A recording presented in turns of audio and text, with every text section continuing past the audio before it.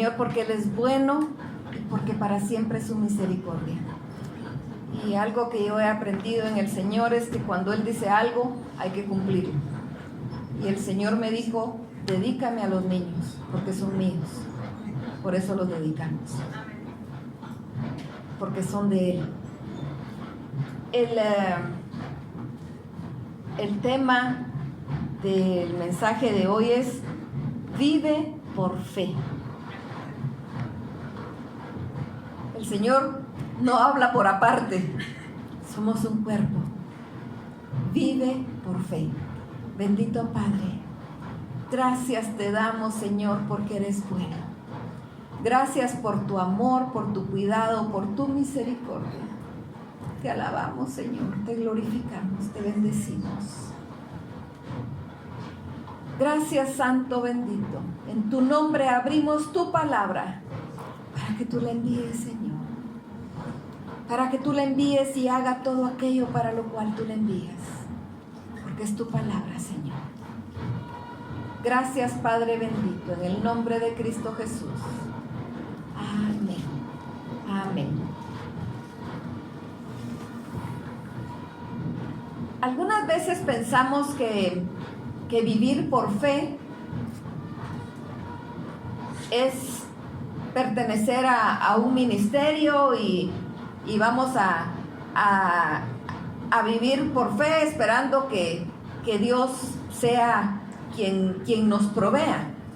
Sin embargo, no solo el ministro es el que vive por fe. Todos debemos aprender a vivir por fe. Porque nos dice la palabra que por fe andamos y no por vista. Así que necesitamos aprender a vivir por fe. Necesitamos aprender a comprender qué es vivir por fe. Es esa confianza plena, constante en Dios. Es esa confianza plena en que nosotros no nos dependemos de nosotros mismos. Dependemos de Él. Empieza un nuevo año y nosotros hacemos metas, las escribimos, pero se las entregamos al Señor.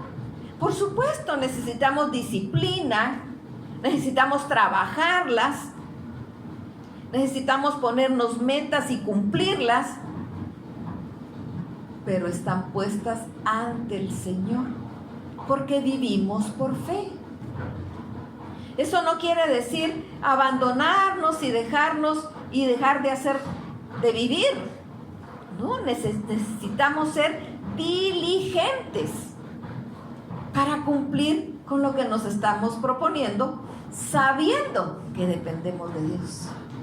Yo creo que una de las cosas que más nos cuesta a nosotros como seres humanos es soltar el control. Nosotros queremos tener el control. En todo queremos el control. Y cuando estamos hablando de vivir por fe y de entregarle el control al Señor, ahí nos desestabilizamos un poco. Decimos, está bien, sí, yo voy a confiar en el Señor, pero soy yo quien decide, soy yo quien hace, soy yo quien cumple. Nada de lo que hacemos, nada de lo que somos, lo logramos sin Dios. Algunas veces nosotros pensamos, no, pero lo que pasa es que yo me esforcé, yo hice, yo trabajé, es cierto. Pero quien nos da la vida es Dios. Quien nos da la salud es Dios. Nos dice la palabra en Proverbios que Él es el que da la sabiduría, la inteligencia y el conocimiento. Así que si nos sentimos muy inteligentes, se lo debemos a Él. No es porque nosotros seamos los mejores y es que con mi inteligencia, con mis estrategias, yo logro esto y esto. Se lo debemos a Él. En el momentito que Él dice hasta aquí, es hasta aquí. eso no quiere decir que vamos a dejar de hacer planes. No, nosotros seguimos haciendo planes, pero estamos dependiendo de Él. Y quiero que veamos 3 pasajes que son similares.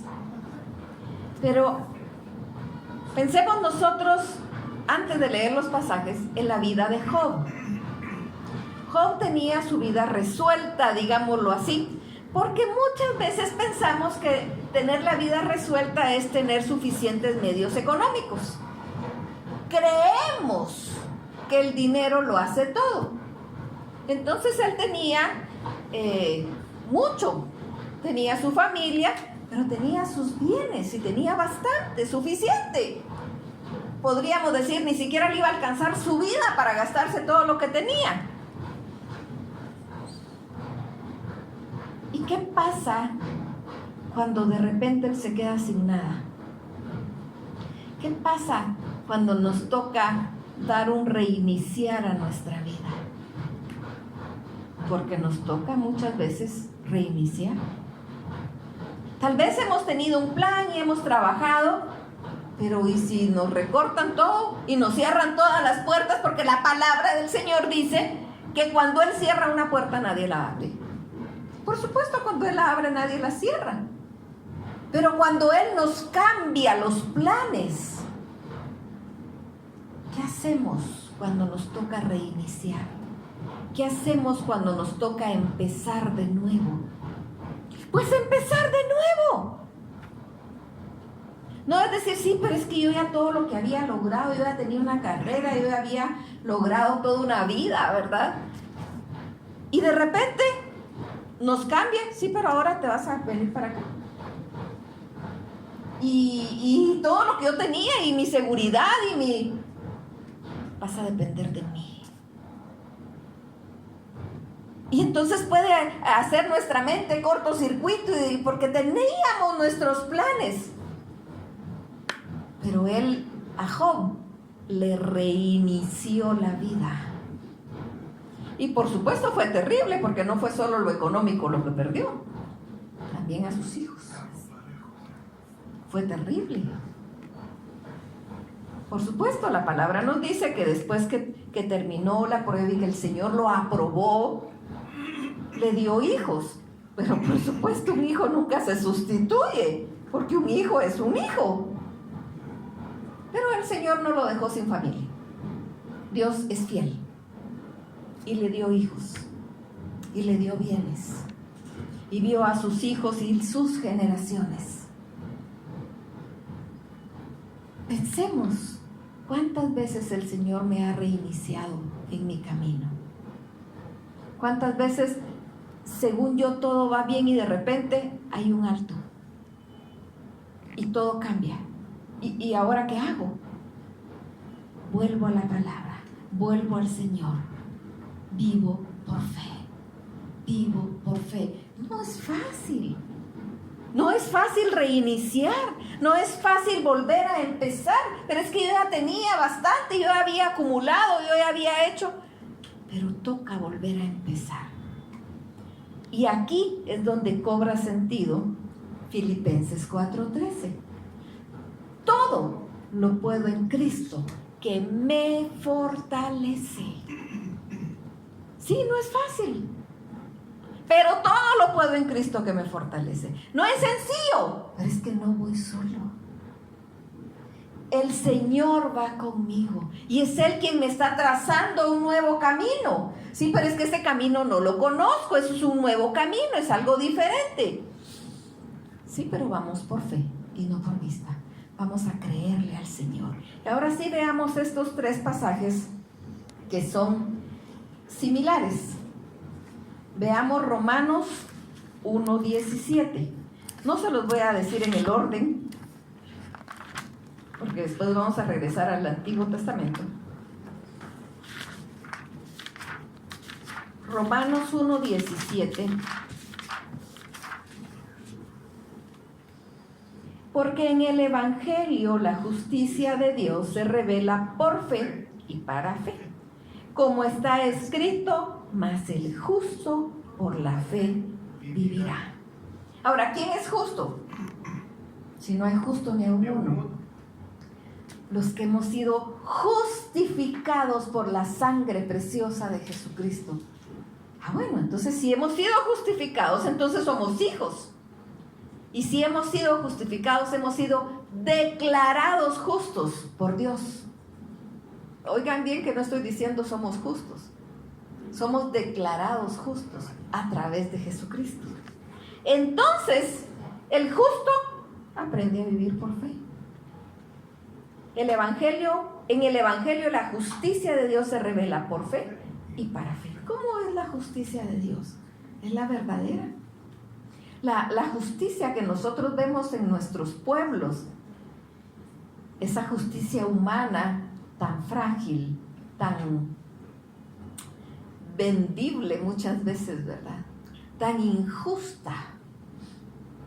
Y de repente recibimos nosotros ese trato injusto, porque no estoy hablando solo de los jueces. La injusticia puede darse en cualquier lugar, en el trabajo, en cualquier lugar, en la familia. Y nosotros decimos, pero es que esto no es justo. Sí, es posible que no sea justo. Pero quien es justo y quien todo lo hace recto es Dios. Y entonces en el Evangelio la justicia de Dios se revela por fe y para fe. Y entonces venimos nosotros, ¿por qué Dios permitió? Porque nos encantan los porqués, ¿verdad?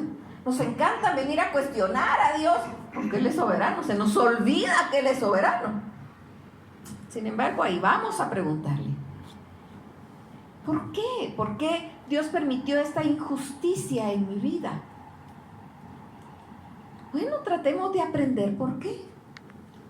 Sufrimos una injusticia, entreguémosela al Señor. Porque de repente somos nosotros los que estamos viendo la injusticia, porque no estamos viendo completamente el panorama. Y de repente sí, de verdad es una injusticia.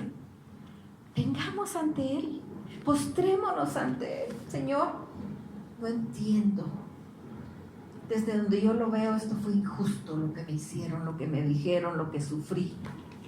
Pero lo entrego a ti, porque dice que el justo por fe vivirá. No por lo que vemos, sino en quien confiamos, porque dice la palabra que fiel es el que prometió, el cual también lo hará. Él permanece fiel aun cuando nosotros seamos infieles. ¿Con qué derecho venimos nosotros ante el Señor a exigirle y a preguntarle por qué? Si nosotros mismos nos recordamos todas las veces que hemos sido infieles con Dios. ¿Con qué derecho? No tenemos derecho. Así que es mejor venir con la cabeza para abajo, humillados, con un corazón contrito y humillado. Porque el que se humilla, Dios lo exalta, pero no para que Él se sienta la gran cosa, ¿verdad? Lo exalta para honra y gloria de Dios. Para que en el momento que el Señor nos ponga en un sitial de repente de honor, sea para la honra y gloria de Dios, no por nosotros, no fue por nuestros méritos, no fue por nuestras fuerzas, por nuestra inteligencia, por la pura bondad y misericordia de Dios. Y necesitamos comprender esto. Vámonos ahora a ver un pasaje bastante similar, porque aquí dice cómo está escrito. ¿Dónde está escrito? Vámonos a Habacuc 2:4.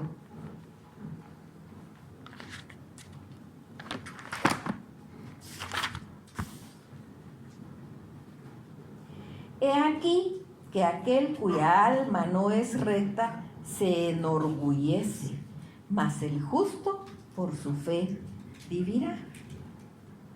Sí, aquí está escrito, por eso ahí en el Nuevo Testamento dice cómo está escrito, aquí está.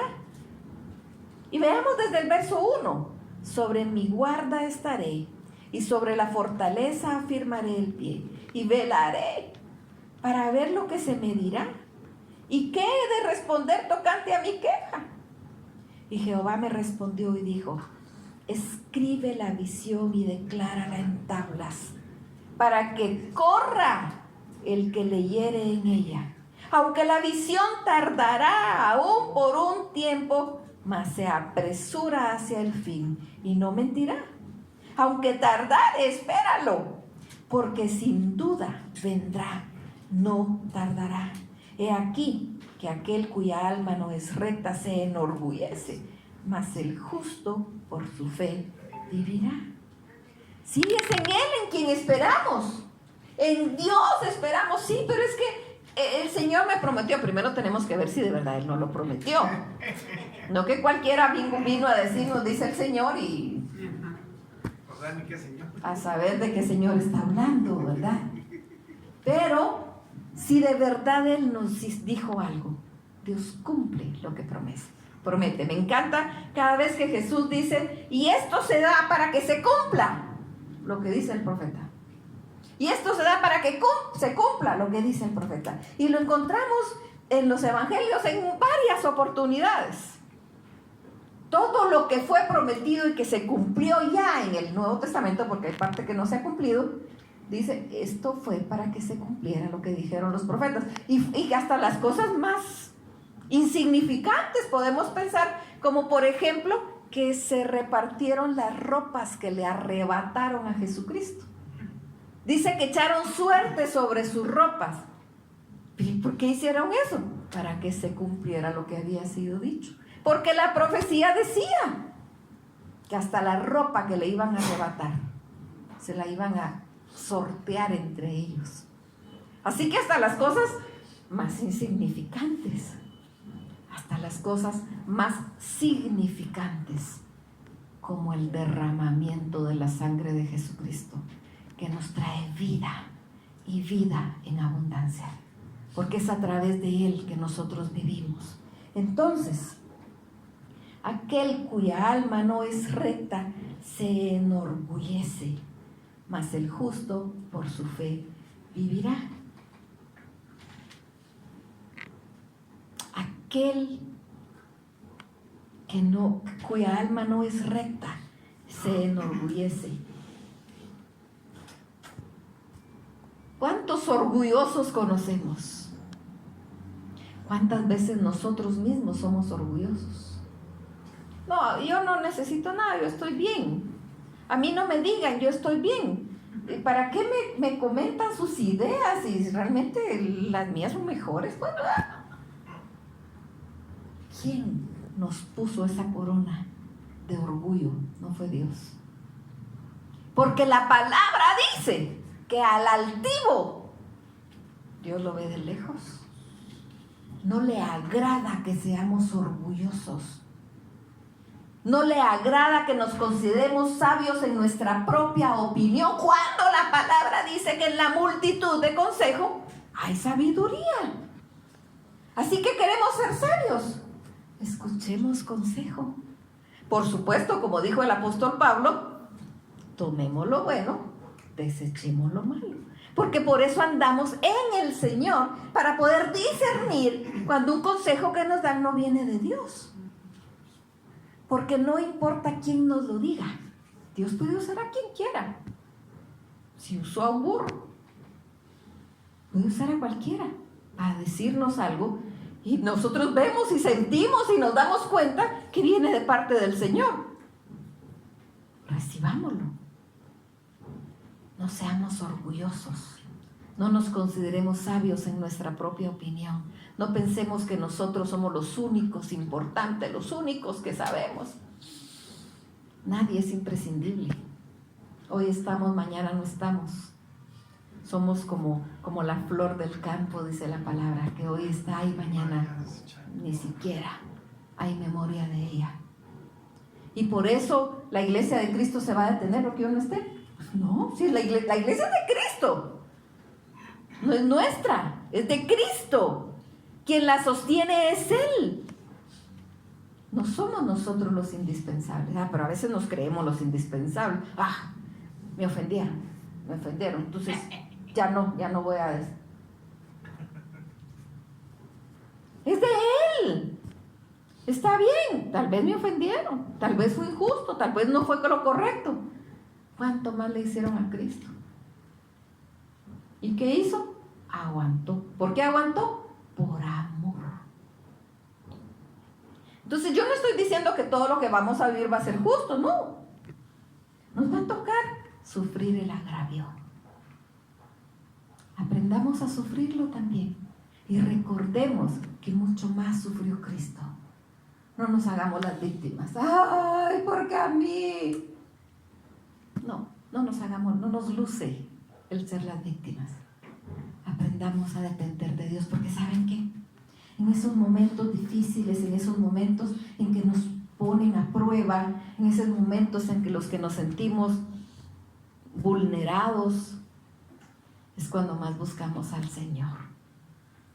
Es cuando más nos postramos a Él. Por supuesto que hay dos caminos, ¿verdad? Uno, ir directo al Señor y nos postramos, y el otro es pelear con Él, ¿verdad? ¿Y por qué? ¿Y por qué? Y nos alejamos.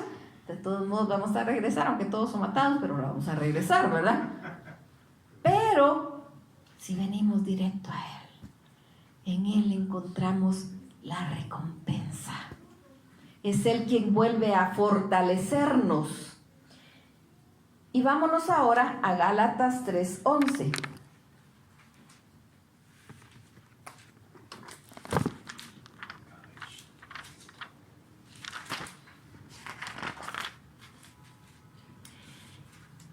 Y que por la ley ninguno se justifica para con Dios es evidente, porque el justo por la fe vivirá. Y la ley no es de fe, sino que dice: el que hiciere estas cosas vivirá por ellas. Cristo nos redimió de la maldición de la ley, hecho por nosotros maldición, porque está escrito: maldito el que es colgado en un madero. Y que por la ley ninguno se justifica para con Dios es evidente, porque el justo por la fe vivirá. Hemos platicado en varias oportunidades que algunas veces hasta cuando le venimos a pedir perdón a Dios nos justificamos. Sí, Señor, yo dije una mentira, pero tú sabes que era necesario, porque es que si no lo decía, yo iba a ofender. Entonces todavía nos justificamos culpando a Dios, ¿verdad? Tú querías que yo lo ofendiera. Pues no, ¿verdad? Entonces yo no lo quise ofender porque entonces era un pecado mayor, porque en nuestra mente los pecados tienen tamaño. Para Dios pecado es pecado. Es lo mismo. Y Él quiere que seamos obedientes. Dice Juan 14:15: si me amáis, guardad mis mandamientos. Entonces, hagámosle caso. Estos tres pasajes, los tres dicen: mas el justo por la fe vivirá. No podemos nosotros venir y pretender que podemos solos. Por la ley ninguno se justifica para con Dios. Y eso es evidente, dice. Es por fe. Es por fe. Entonces, ¿por qué nos tocó volver a empezar? Pues yo no sé. Pero por fe me voy a sostener del Señor. Ya sea aquí o en la China, ¿verdad? Donde el Señor nos ponga, Él está con nosotros. Y si Él nos mueve para acá, y si de repente se le ocurre sacudirnos un poquito, pues de todos modos nos tiene tomados de su mano. Y tal vez en la sacudida que nos duele, ¿verdad?, se nos caen algunas cositas que no le agradan, pero nosotros seguimos tomados de la mano de Él. Nunca nos soltemos. Y vamos a ver su gloria. Vamos a ver su gloria en nuestras vidas. Y quiero que nos vayamos, como estamos hablando de la fe, pues no podemos dejar por un lado Hebreos 11, ¿verdad? Que no solo nos da la definición, que nos dice después: la fe, la certeza de lo que se espera, la convicción de lo que no se ve. No nos vemos todavía allá en gloria, pero allá vamos a estar, por fe. Por fe. Por la fe Abel ofreció a Dios más excelente sacrificio que Caín. Por la fe Enoc fue traspuesto para no ver muerte. Dice: sin fe es imposible agradar a Dios. No es que yo puedo solo. Pues no podemos. Y sin fe no agradamos a Dios. Por la fe Noé, cuando fue advertido por Dios acerca de cosas que aún no se veían, con temor preparó el arca en que su casa se salvase, y por esa fe condenó al mundo y fue hecho heredero de la justicia que viene por la fe. Pensemos un poquito en Noé. Aquí nos habla de un montón. Es más adelante dice, y espacio nos faltaría para hablar de todos. Pero pensemos un poquito en Noé. Para ese momento había un vapor que regaba la tierra. No había lluvia. Y viene Dios y le dice, vas a preparar un arca en tierra seca. Vas a preparar un arca porque va a llover. ¿Porque va qué?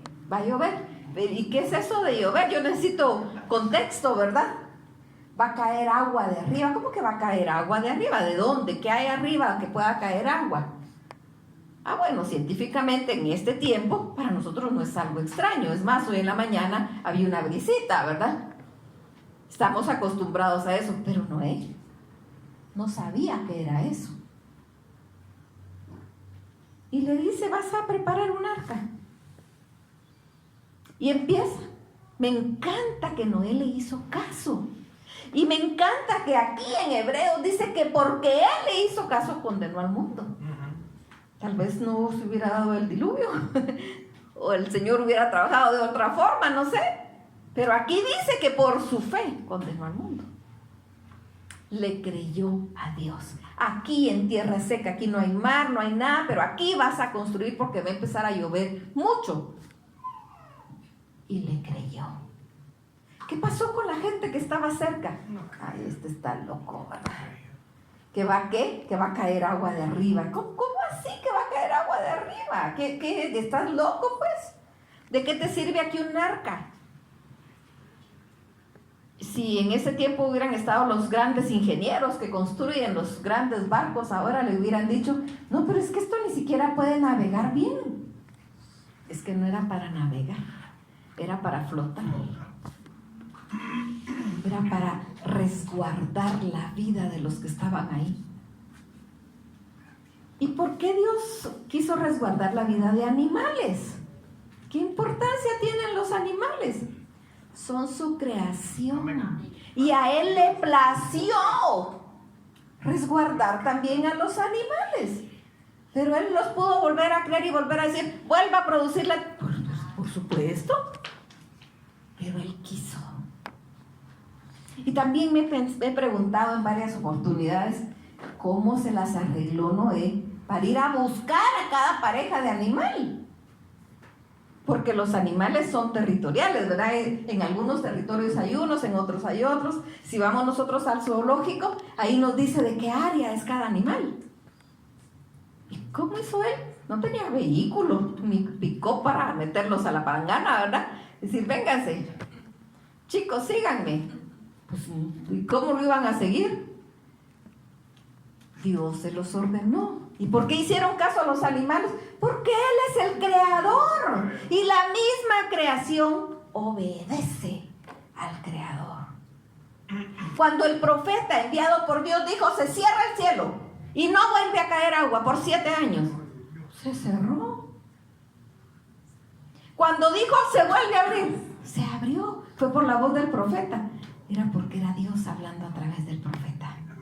Cuando estaban los discípulos en el arca y preocupados porque ya se hundían, es que ha de ser horrible estar en alta mar con esas grandes tormentas. Y ellos con miedo, nos vamos a morir. Y Él calma la tormenta, porque a Él, su creación, le obedece. Ahora nosotros, la corona de la creación, el Señor nos dio libre albedrío.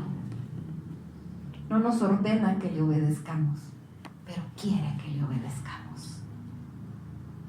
No nos ordena que vivamos por fe, pero quiere que vivamos por fe.